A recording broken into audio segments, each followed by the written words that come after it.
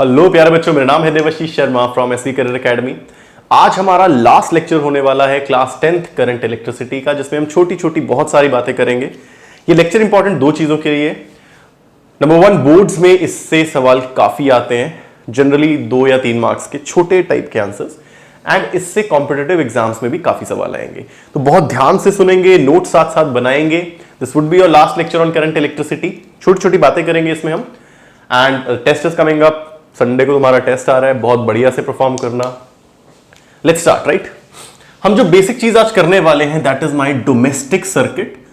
Domestic circuit मतलब जो घरों में तुम्हारे सर्किट है, बिजली की सप्लाई आ रही है पावर ग्रिड से, तुम्हारे फ्यूज में एंटर कर रही है, तुम्हारे मीटर में एंटर कर रही है, फिर तुम्हारे घरों में जा रही है। घरों में बहुत सारे अप्लायंस लगे हैं, किस तरीके से लगे हैं ये सारी हम बातें करेंगे। कितनी वायर्स होती हैं ये सारी बातें करेंगे, है ना। पॉइंट वाइज शुरू करते हैं। नंबर 1, वायर्स की बात करते हैं। वायर्स, 3 टाइप की वायर्स आपको हाउस होल्ड सर्किट में दिखेंगी। एक को नाम दिया है लाइव, एक को नाम दिया है न्यूट्रल, और एक को नाम दिया है earth wire. Live wire, neutral wire, earth wire या ग्राउंड वायर बोल देते हैं इसे, अर्थ या ग्राउंड वायर। शुरुआत में हमारी डिस्कशन रहेगी लाइव और न्यूट्रल की, एंड में हम अर्थिंग पे जाएंगे। अर्थ वायर या ग्राउंड वायर पे हम एंड पे जाने वाले हैं। राइट, चलो ध्यान से समझना, ये लाइव वायर और न्यूट्रल वायर क्या है। आपने ये देखे, अपनी सॉकेट्स देखी होंगी ना। जनरली क्या होता है, 3 होल होते हैं। 3 होल होते हैं सॉकेट में, आप प्लग करते हो, पिन प्लग करते हो। अभी हम 2 पिन प्लग की बात करते हैं। मान लो मेरे पास एक प्लग है जिसमें 2 पिन है, 2 पिन है, और ऐसी ये वायर्स जा रही होती हैं हेलिकल सी। और मान लो किसी अप्लायंस में ये वायर गई, मान लो आपका हीटर है, और ये वायर वापस भी आएगी। ध्यान से समझना, लाइव वायर वो वायर है जो सप्लाई आ रही है आपकी, जिससे करंट आपके घर में एंटर कर रहा है। पावर ग्रिड से सप्लाई आ रही है, बाहर आपको तारें दिख रही होंगी। तार आपके घर में एक आ रही है जिससे करंट आपके घरों में पहुंच रहा है। मैं जब इस पिन को प्लग कर दूंगा, एक पिन जाएगी इधर, एक पिन जाएगी इधर, डेफिनेटली। तो ये करंट इस पिन से होता हुआ, लाइव वायर से होता हुआ, लाइव वायर से होता हुआ आपके पूरे इलेक्ट्रिकल अप्लायंस में जाएगा, और डेफिनेटली करंट इसमें गया तो वापस भी आएगा। अगर मैं छोटा सा सर्किट बनाऊं जो अभी तक हमने पढ़े हैं, मान लो ये मेरी बैटरी थी सप्लाई, करंट जो रेजिस्टेंस में गया उसने वापस भी तो आना है बैटरी में। तो जो सप्लाई करंट आया है आपके पूरे इंस्ट्रूमेंट से घूम के, आपके अप्लायंस से घूम के, इसने वापस भी आना है। और जिस वायर से वापस जाता है that is my neutral wire. So this is my live wire, this is my neutral wire. कई लोगों को मिसकंसेप्शन होती है कि न्यूट्रल वायर में करंट नहीं होता। दोनों वायर करंट कैरी करती हैं। आपकी लाइव वायर इनकमिंग करंट, और आपकी न्यूट्रल वायर आउटगोइंग करंट लेके जा रही है। Live wire, neutral wire. Generally live wire is of red colour, generally change भी हो सकता है, but generally it is of red colour. और न्यूट्रल वायर या तो आपको ब्लू दिखेगी या आपको ग्रीन दिखेगी। जनरली बात करो, बदल सकती है, डेफिनेटली स्पेसिफिकेशन भी बदल सकती है। जनरली लाइव वायर आपको लाल रंग की दिखेगी, न्यूट्रल वायर ब्लू कलर की। लाइव वायर क्या है, it carries incoming current, it carries incoming current, and neutral wire carries outgoing current, carries out going current, outgoing current, है ना। बात समझ में आ रही बच्चे? लाइव वायर और न्यूट्रल वायर के बारे में बात पता लगी? कंसेप्ट क्लियर करो, बहुत बढ़िया से समझाया जा रहा है। जिस वायर से करंट सप्लाई से आया, कहीं सप्लाई है आपकी, पावर ग्रिड है, कहीं से आ रहा है, वायर से करंट आया इस होल तक, मैंने प्लग किया तो इस वाली पिन से होता हुआ इंस्ट्रूमेंट में गया। मान लो हीटर है, कोई भी अप्लायंस है, मान लो रूम हीटर है, उसमें सर्कुलेट करके जिस वायर से वापस गया that is my neutral wire. Both wires will carry current, both wires will definitely carry current. किसी में भी ऐसा नहीं है कि वायर में करंट नहीं है। अगर वायर में करंट ही नहीं है तो वायर ही क्यों लगाई होती?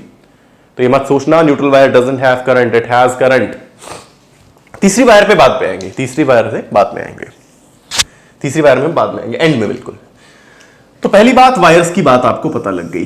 पहली टाइप की wire is live wire, second type की wire is neutral wire, right. Second चीज मिटा दूं ये, आई होप नोट्स बना लिए होंगे, आप लिख रहे हैं साथ साथ। सेकंड चीज जो बहुत इंपॉर्टेंट है, सेकंड चीज जो बहुत इंपॉर्टेंट है, that is my fuse.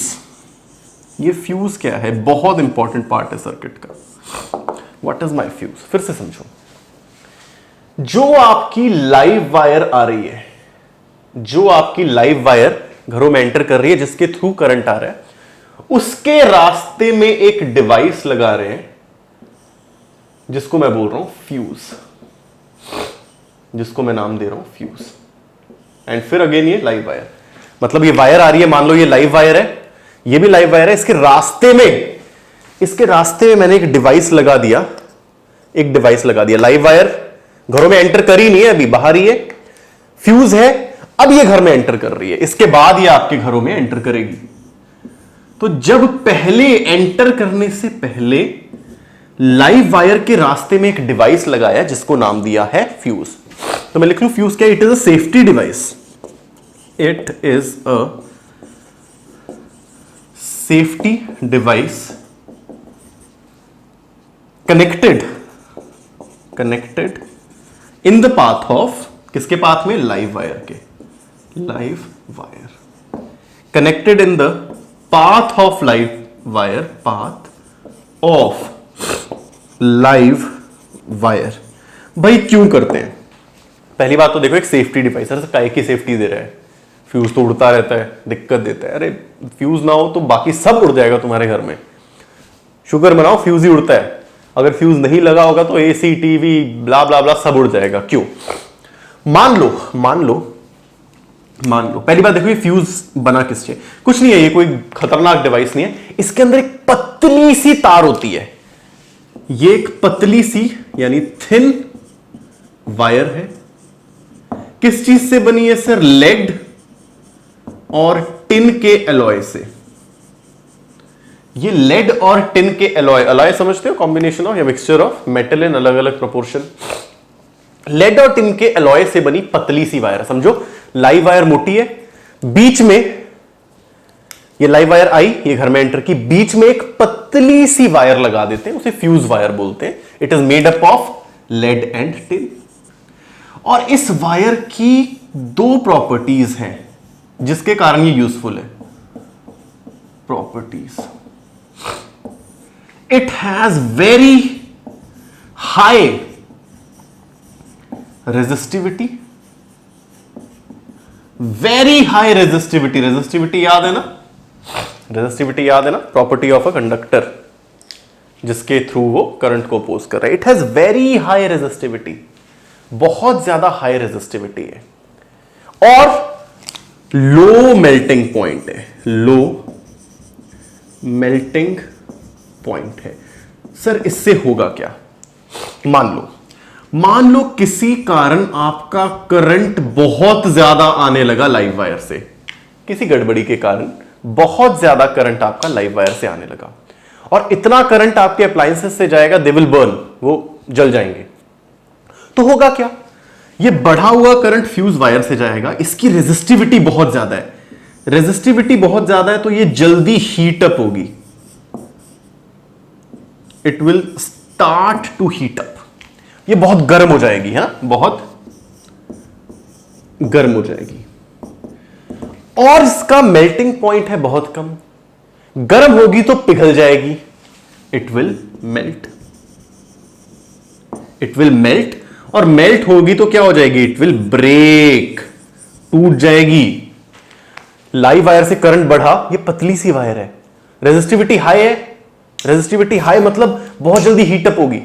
Bulb में जो फिलामेंट होता है उसकी रेजिस्टिविटी हाई होती है, वो हीट होना शुरू हो जाता है, तभी लाइट प्रोड्यूस कर रहा है, तो ये हीट अप होना शुरू होगी, और क्योंकि मेल्टिंग पॉइंट बहुत कम है तो ये मेल्ट होके टूट जाएगी, यानी ये लो भाई टूट गई। अब जब टूट गई तो ये बढ़ा हुआ करंट कभी आपके घर में एंटर ही नहीं कर पाएगा, इसे बोलते हैं फ्यूज का उड़ जाना। सर फ्यूज उड़ गया, फ्यूज उड़ के, फ्यूज ने जल के आपके घर के महंगे इंस्ट्रूमेंट्स बचा लिए, आपके घर में आग लगने से बचा ली। लाइव वायर से करंट बढ़ा, फ्यूज वाली वायर में गया, फ्यूज वाली वायर ज्यादा करंट सहती नहीं है, जैसे ही बढ़ा गर्म हुई, पिघल के टूट गई। टूट गई मतलब सर्किट पूरा हुआ ही नहीं, करंट एंटर कर ही नहीं पाया। So this is the use of fuse wire. Please ये सब लिख लेंगे, सारा डेटा नोट करेंगे। किस चीज से बनी है सर? लेड और टिन के एलॉय से। बहुत पतली है, बहुत हाई रेजिस्टिविटी है, जिसके कारण करंट जाएगा तो गर्म होगी, गर्म होगी, मेल्टिंग पॉइंट बहुत कम है, पिघल जाएगी, पिघल गई, टूट गई, करंट बढ़ने पे टूट गई। ये बढ़ा हुआ करंट कभी एंटर आपके घर में करेगा नहीं, आपके अप्लायंसेस, महंगे अप्लायंसेस ब्रेक होने से बच जाएंगे। बात समझ में आई बच्चे? चलो, एक और रीजन आप कहीं पूछ सकते हैं, पतली क्यों है सर? ये पतली क्यों है? हम क्या चाहते हैं, इसकी रेजिस्टिविटी ज्यादा हो या फिर रेजिस्टेंस ज्यादा हो? और हमें पता है resistance is rho L by A. Sorry, आज थोड़ी कम रहेगी यार, बीमार हुए। पतला मतलब एरिया बहुत कम है इसका, पतली वायर मतलब क्रॉस सेक्शन एरिया कम है, क्रॉस सेक्शन एरिया कम यानी रेजिस्टेंस ज्यादा। यही तो मैं चाह रहा था कि फ्यूज वायर की रेजिस्टेंस बहुत ज्यादा हो, बहुत ज्यादा रेजिस्टेंस, जल्दी गर्म होगी, जल्दी गर्म होगी, जल्दी पिघलेगी, जल्दी पिघलेगी तो करंट बढ़ते ही ये टूट जाएगी, आपका घर विल बी पूरी तरह से सेफ। तो आई होप अब फ्यूज के बारे में भी पता लग गया होगा। दो important points, sorry, high resistivity and low melting point. तो अभी तक दो चीजें हमें पता लगी, दो टाइप की वायर, लाइव और न्यूट्रल, और लाइव वायर में घर में एंटर करने से पहले लगने वाला एक डिवाइस जिसे मैं बोल रहा हूं फ्यूज। घर में लगने से पहले, घर में आने से पहले लगने वाला डिवाइस फ्यूज। तो दो चीजें की है, वायर्स और फ्यूज। तीसरी चीज सर, हमारे घरों में जो अप्लायंसेस लगे हैं उनका कनेक्शन कैसा होता है? ध्यान से समझना। आप देखो चीजें धीरे धीरे पूरी हो रही हैं। ये मेरी लाइव वायर आई, ये मेरी लाइव वायर आई जिससे करंट एंटर कर रहा है। थोड़ा रंग बिरंगा बनाते हैं, चलो देखो, लाल ही बनाते हैं लाइव वायर को। चलो देखो, देखते जाओ, इससे आपको पूरी क्लैरिटी होगी। सर ये मेरी लाइव वायर आई, लाइव वायर आई और कहां गई? फ्यूज में एंटर करी है ना। लाइव वायर आई और मेरे फ्यूज में एंटर कर गई, ठीक है। लाइव वायर एंड फ्यूज, इसके ऊपर लिख भी देते हैं, this is my live wire, current enter कर रहा है फ्यूज में। फ्यूज के बाद भी यही मेरी लाइव वायर है ना। इसके बाद ये एंटर करेगी आपके मीटर में। मीटर हम पढ़ चुके हैं, एनर्जी मीटर हम पढ़ चुके हैं, जिससे आपको बिल का पता लगता है कितनी किलोवाट आवर एनर्जी यूज हुई है। दिस इज माय, काले रंग से बनाया ना, बेटर रहेगा। This is my energy meter, energy meter. घर के अंदर आने से लाइव वायर पहले फ्यूज से जाएगी, सेफ्टी डिवाइस, फिर एनर्जी मीटर से जाएगी, उसके बाद ये आपके घरों में एंटर करेगी। हालांकि एक और चीज होती है डिस्ट्रीब्यूशन बॉक्स, उसके बारे में पढ़ने की फिलहाल आपको जरूरत नहीं है। तो लाल से बनाए। अब ये जा रही है आपके घरों में, घरों में। अब ध्यान से देखना, आपके घरों के जो डिवाइसेस हैं वो हमेशा लगे होंगे पैरेलल में। ये रेजिस्टेंस अप्लायंसेस को कॉरेस्पॉन्ड कर रही है। ये लाल वायर है live wire, this is my live wire, live wire, live wire, और ये सारे मेरे कॉरेस्पॉन्ड कर रहे हैं क्या? अप्लायंसेस। मान लो यहां कोई बल्ब है, यहां फैन लगा है, यहां कोई और डिवाइस है ना। अब क्या बात आई? अब भाई न्यूट्रल वायर भी आएगी, जहां से करंट वापस जा रहा है, that is my neutral wire, है ना, that is my neutral wire. आप इसे इसके थ्रू भी बेच सकते हो, एनर्जी मीटर के। यहां से मेरा करंट वापस, तो करंट आ कैसे रहा है? लाइव वायर से आ रहा है, लाइव वायर से आ रहा है, यहां जा रहा है, यहां जा रहा है, और निकल कैसे रहा है? Through neutral wire. यानी आपने एक चीज नोटिस की, आपका अप्लायंसेस, पंखा, एसी, ब्ला ब्ला ब्ला, जितना कुछ आप यूज कर रहे हो, हेयर ड्रायर, वो सब पैरेलल में लगे हैं। इन्हें पैरेलल में लगाने का बहुत इंपॉर्टेंट रीजन है, दो रीजन है। रीजन नंबर 1, क्यों? वाई अप्लायंसेस इन होम या at home are in parallel. Reason number 1, ध्यान से समझना, अगर मेरे ये सारे डिवाइसेस सीरीज में लगे होते, मान लो ये बल्ब भी, ये फैन भी,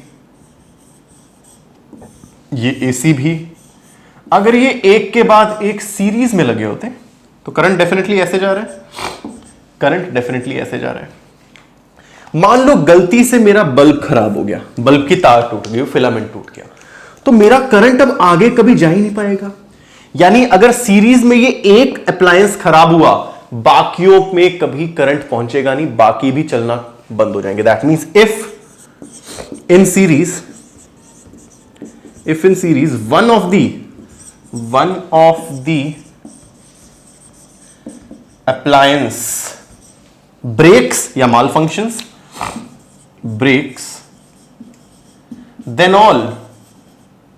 then all other appliances will not receive any current। बात समझ में आ रही है? अगर मेरी वायर के सीरीज में मैंने सब कुछ लगा दिया और एक गलती से टूट गया, अब मान लो ये फैन टूट गया, अगेन सर्किट ब्रेक हो गया, तो करंट आना ही बंद हो जाएगा। तो कोई भी डिवाइस टूटा या खराब हुआ या किसी कारणवश नहीं चला, तो अगले सारे डिवाइसेस, इनफैक्ट सारे डिवाइसेस वो सीरीज वाले आपके काम करना बंद कर देंगे, बिकॉज करंट की सप्लाई नहीं पहुंच पाएगी। तो एक रीजन ये है इन्हें पैरेलल में क्यों रखा। यहां पर देखो पैरेलल में रखने का फायदा क्या हुआ। मान लो ये खराब हो गया, तो करंट यहां नहीं जाएगा, करंट को नया रास्ता मिल गया, करंट यहां से जा सकता है, करंट यहां से भी जा सकता है ना। अगर ये खराब भी हो जाए, करंट के पास जाने के रास्ते हैं। यहां पर तो बेचारे के पास एक ही रास्ता था सब में जाने के लिए, तो कोई भी खराब हुआ, बाकी सब भी चलना बंद। तो this was my reason number 1। If one of the appliance breaks या माल फंक्शन या खराब हो जाता है, तो बाकी सारे के पास करंट नहीं जाएगा, राइट। सेकेंड रीजन आपको पता है, थोड़ा सा दिमाग लगाने वाली बात है, आपको पता है। मान लो मेरे पास दो बल्ब्स हैं, मैंने उन्हें सीरीज में लगा दिया। ये मेरा बल्ब 1, ये मेरा बल्ब 2, और मैंने इन्हें सप्लाई दे दी 20 वोल्ट की, और दोनों 20 पे ही चलते हैं। दोनों को 20 वोल्ट चाहिए तभी अच्छे से चमकेंगे। बट हमें पता है क्या ये 20 दोनों को मिलेगा? नहीं, यहां तो वोल्टेज की डिवीजन हो जाती है। मान लो इसे 8 वोल्ट मिला, तो बची हुई 12 वोल्ट इसे मिली, यानी कोई भी बल्ब को जो चाहिए थी 20 वोल्ट तो मिली नहीं।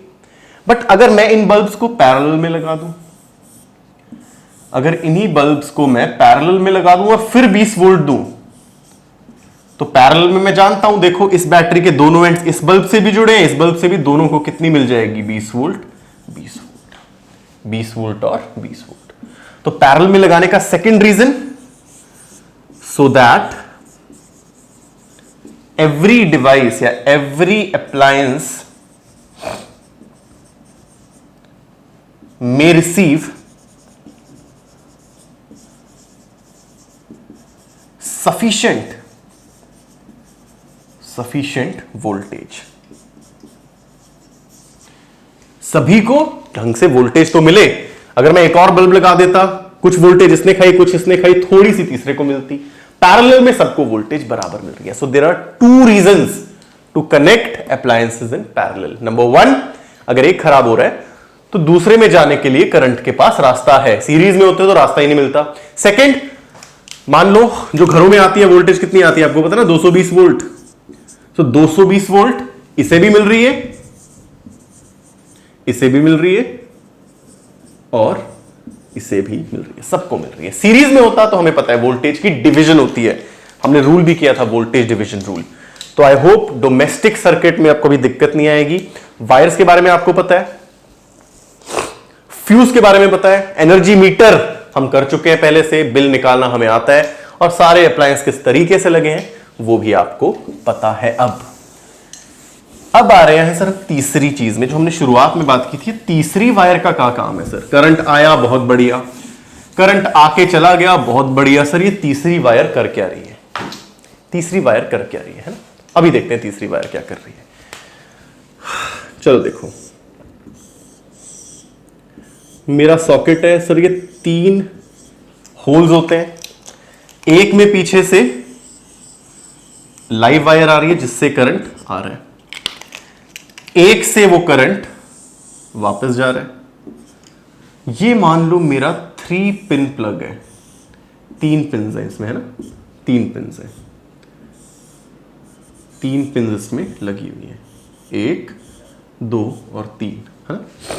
ये जा रहा है अप्लायंस में, मान लो ये मेरा कोई अप्लायंस है, इसमें जा रहा है, वापस जा रहा है, इधर लग रहा है ना? सर ये तीसरी पिन का काम क्या? आप ध्यान से समझना। पॉइंट नंबर 1, हमारी बॉडी एक गुड कंडक्टर ऑफ इलेक्ट्रिसिटी है, ये सब जानते हैं। Our body is good conductor of electricity, है ना? मान लो यहां लाइव वायर टूट गई, मान लो ये लाइव वायर टूट गई और मैंने इसे पकड़ लिया, तो वो करंट मेरे से बहता हुआ चला जाएगा। डेफिनेटली मैं अच्छा कंडक्टर हूं, करंट मेरे से बहेगा और मुझे क्या लगेगा? शॉक, है ना? हम करते क्या है, इस तीसरे पिन से एक वायर लेके अर्थ में गाड़ देते हैं। This is symbol of earthing. Wire को अर्थ में गाड़ने का सिंबल है, इसे बोलते हैं अर्थिंग। वायर को अर्थ में गाड़ देना इज अर्थिंग। सर इससे होगा क्या? ध्यान से समझना। अर्थ हमारी बॉडी से भी अच्छा कंडक्टर है। अर्थ is a very good conductor. Earth is a very very good conductor. Earth is a very good conductor. Very good conductor. तो हम करते क्या है, अब मान लो ये लाइव वायर टूटी, मैंने इधर प्लग कर रखा है। अब होगा क्या, अगर अब लाइव वायर टूटी और मैंने पकड़ लिया, तो करंट क्या देखेगा? यार मेरे पास जाने के 2 रास्ते हैं, या तो मैं इसकी बॉडी से जाऊं, या मैं इस वायर के थ्रू अर्थ में चला जाऊं, या मैं इसकी बॉडी से होते हुए जाऊं, या मैं इस वायर के थ्रू अर्थ में चले जाऊं। तो करंट प्रेफर करेगा ज्यादा कंडक्टिंग बॉडी में जाए, जो अच्छे से कंडक्ट कर रही है, और earth is a better conductor than our body. तो हमें झटका लगने की बजाय सारा एक्सेस करंट अर्थ में चला जाएगा। किस वायर के थ्रू? इस वायर के थ्रू, ना कि हमारी बॉडी के थ्रू, इस वायर के through. Wire is a good conductor भाई, पता ही है, मेटालिक वायर है, it is a very good conductor. तो जितना भी करंट ये लीक हो रहा है तार के टूटने से, हमारी बॉडी के थ्रू नहीं जाएगा, हमारी बॉडी के थ्रू नहीं जाएगा अर्थ में, it will go through this wire into earth. This is my earth wire. Earth wire. तो कोई बोले अर्थ वायर क्या है, लिखेंगे it is again a safety wire. Safety wire है, सेफ्टी प्रिकॉशन के लिए लगा रखी है, थ्रू विच एक्सेस करंट मतलब current leakage due to breaking of other wires. दूसरी वायर टूटने के कारण अगर करंट लीक कर रहा है, it conducts that current